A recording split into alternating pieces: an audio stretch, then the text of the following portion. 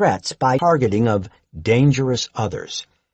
I'll say more about this in 2 weeks, but just to repeat what I indicated last week, the idea that the globalized form of capitalism means that decisions about the economic security and welfare of citizens are no longer within the hands necessarily of nation-state governors. To preserve their legitimacy as governors, they need to find a new basis for legitimation. Some people are arguing, and I would agree with much of this, that this is the new basis, the protection from dangerous others. We have endless enemies. Foreign communism morphed into terrorism. We now have a tremendous fear of immigrants and refugees. Witness the recent ban orders, the deportations, the detentions, the demonization of others. We have domestic enemies, people of color, the young, the old, LGBTQ communities, the differently abled, and along with that the militarization of the police and the criminalization of protest, which we'll talk about in the last couple of weeks. Where is all of this headed? The Pentagon has a very bleak view of the future. See Megacities, Urban Future, The Emerging Complexity, a Pentagon video, which views urban areas, both foreign and domestic, as basically breeding grounds for instability, unrest, and chaos. To think about the kind of underlying view of humanity this way, I think comes naturally, in some sense, out of this very long history of militarization. That is, if you think of yourself as military, then everybody outside is an enemy. This is also what becomes part of the problem of militarizing the police. As the police become increasingly militaristic, the people that they supposedly protect and serve begin to look more and more like the non-police, like the enemy. This is, I think, an extremely dangerous kind of trend that we're seeing. The forecast that this is the way in which the military will sort of reproduce itself by now being able to respond to these kinds of future threats where the mass of humanity is either an enemy or is in a witting or unwitting cloak for enemies, it's extremely dangerous. One we should think very carefully about. But this is the Pentagon's view largely of what that future looks like. And it is, in fact, urban, militarized, and dangerous. Okay, I'm going to stop with that for now. Chomsky Lecture, January 31st, 2019. In the last few lectures, among other things, I've been discussing elite attitudes toward democracy. I sketched a line from the first democratic revolution, with its fear and contempt for the rascal multitude who are asking for ridiculous things like universal education, health care, and democratization of law, wanting to be ruled by countrymen like themselves, who know the people's sores, not by knights and gentlemen who just oppress them. From there to the second major democratic revolution, establishing the U.S. Constitution, which was, as discussed last time, a framers' coup, the title of the main scholarly work, a coup by elites that the author describes as a conservative counter-revolution against excessive democracy. On to the 20th century, and such leading progressive theorists of democracy as Walter Lippmann, Edward Bernays, Harold Lasswell, and Reinhold Niebuhr, and their conception that the public has to be put in its place. They're spectators, not participants. The responsible men, the elite, have to be protected from the trampling and the roar of the bewildered herd, who have to be kept in line with necessary illusions, emotionally potent oversimplifications, and, in general, engineering of consent, which has become a gigantic industry devoted to some aspects of the task, while responsible intellectuals take care of others. The men of best quality through the ages have to be self-indoctrinated, as Orwell discussed. They must internalize the understanding that there are certain things it just wouldn't do to say. It must be so fully internalized that it becomes as routine as taking a breath. What else could anyone possibly believe?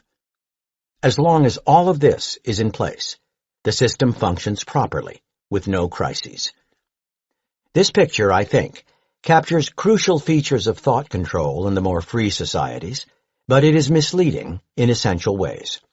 Most importantly, it largely omitted the constant popular struggles to extend the range of democracy, with many successes.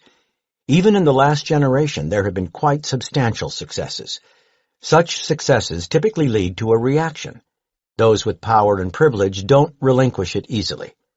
The neoliberal period that we're now enduring, long in planning, is such a reaction.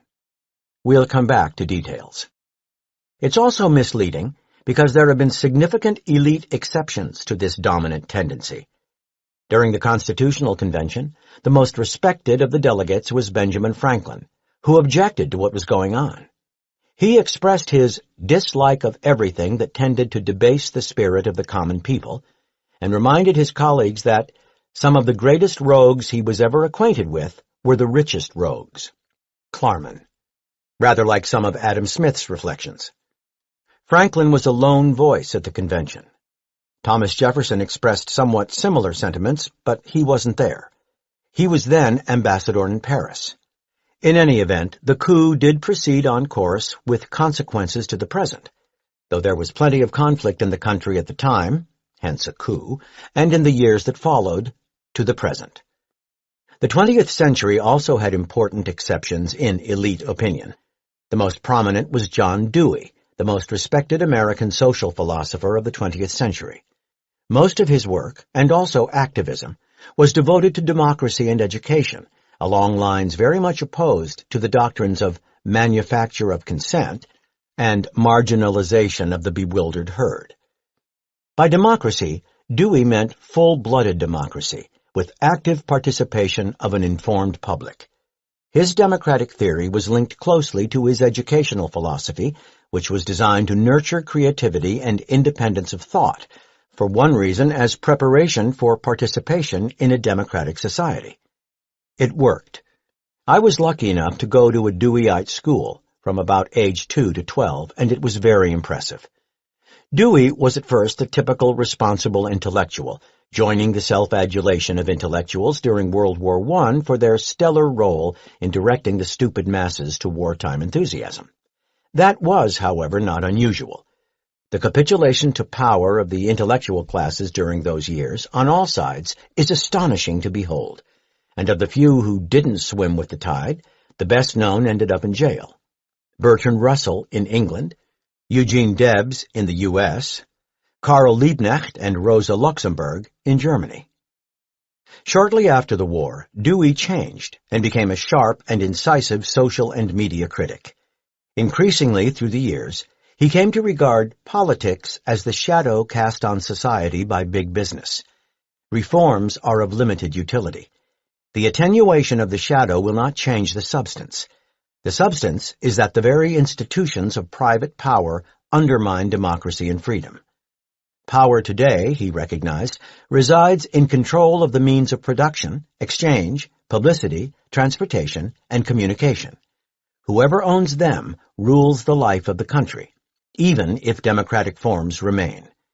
In a free and democratic society, workers should be the masters of their own industrial fate, not tools rented by employers.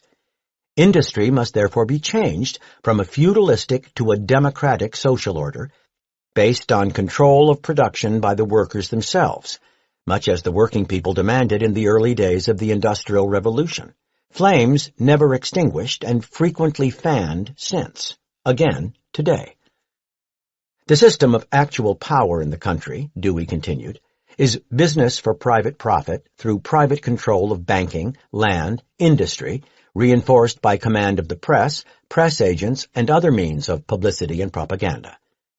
That is the system of actual power, the source of coercion and control, and until it is unraveled, we cannot talk seriously about democracy and freedom. Dewey also condemned the unfree press for yielding to commercialism and deplored its impact upon the judgment of what news is, upon the selection and elimination of matter that is published, upon the treatment of news in both editorials and news columns. He suggested a cooperative system controlled in the interest of all, rather than commitment by the media to romanticize profit motives. Westbrook, 1993. This is not the voice of a wild man in the wings, but of one of the most respected and influential of 20th century American intellectuals. In brief, it oversimplifies to speak of elite attitudes without qualification, though the near uniformity is often impressive. Dewey's condemnation of wage labor is reminiscent of the stand of Abraham Lincoln and other leading figures of classical liberalism and of working men and women, as we've seen. And his critique of the media should remind us of a progressive feature of the Constitutional Convention that has an instructive history in the years that follow, with important lessons for today. I have in mind the way the founders interpreted the First Amendment, specifically freedom of press. It is a common practice to distinguish negative from positive rights. Negative rights reduce in essence to "don't tread on me." Positive rights involve enhancement of welfare and opportunities, what economist Amartya Sen calls capabilities. The current prevailing interpretation takes the First Amendment to confer negative rights on the media. The state should not interfere with their work. Even that is a fairly recent innovation, dating back to an important 1964 case involving the civil rights movement, New York Times versus Sullivan. The negative rights interpretation is a sharp departure from the perspective of the founders, who interpreted the First Amendment more liberally as conferring positive rights, matters discussed in penetrating work by media critics Robert McChesney, 2007, and Victor Pickard, 2020. The founders wanted media to be free, vibrant, independent, not the unfree press that Dewey condemned for its subordination to owners and advertisers, and varied. The press of the day was often sharp and adversarial. For the founders, this was not just a rhetorical commitment. They believed that the government should be directly engaged in fostering a truly free press. The method used was, essentially, subsidy. The U.S. Postal Service was designed as a substantial subsidy to independent media, providing widely available distribution at very low rates. The large majority of postal traffic in the early years was newspapers. As already discussed, the founders were in crucial ways pre-capitalist in mentality. But the U.S. soon turned into a business-run society to an unusual extent. Accordingly, hegemonic common sense came to oppose positive rights, which typically infringe on prerogatives of private capital. And over the years, the founders' liberal interpretation of the First Amendment has been narrowed to the negative rights interpretation of today. The matter was highly contested through the 20th century, first with the advent of radio, then television, finally the Internet. In the 1930s, there was strong public opposition to the government decision to hand over the public airwaves to private enterprise, with only the most marginal concern for the positive rights of the public to information, free discussion, and public service. In the late 1940s, a similar debate took place over the decision to hand public assets to private enterprise for television rights. The issue arose again in the mid-1990s when the neoliberal Clinton administration passed the Telecommunication Act of 1996, handing the Internet, public property and largely publicly created, to private ownership, furthermore deregulated and soon converging in the usual manner to monopolization, contrary to the predictions of advocates and most economists, but as anticipated by critics, and a regular feature of the neoliberal call for deregulation and market worship. As a consequence, the U.S. is alone among formerly democratic societies in lacking major public media that are not subject to the pressures of Dewey's unfree press, though the neoliberal assault has taken its toll elsewhere, notably on the BBC, quite visibly since Thatcher and her Tina doctrine. There is no alternative to neoliberal orthodoxy. The common sense preference for negative over positive rights has broad policy consequences. In social justice measures, the U.S. ranks near the bottom of the 36 members of the OECD, the richer countries, alongside of Greece and Turkey. It is also exhibited clearly in elite attitudes on many issues. One notable case is the Universal Declaration of Human Rights, UD, initiated by the U.S. in its more liberal days and adopted by the UN General Assembly in 1948 as the foundation of freedom, justice, and peace in the world. There were 8 abstentions: South Africa, Saudi Arabia, Russia, and several of its satellites. Otherwise, unanimous assent, including the United States. The UD has 3 components of equal status: political, socio-economic, and community rights. The second and third components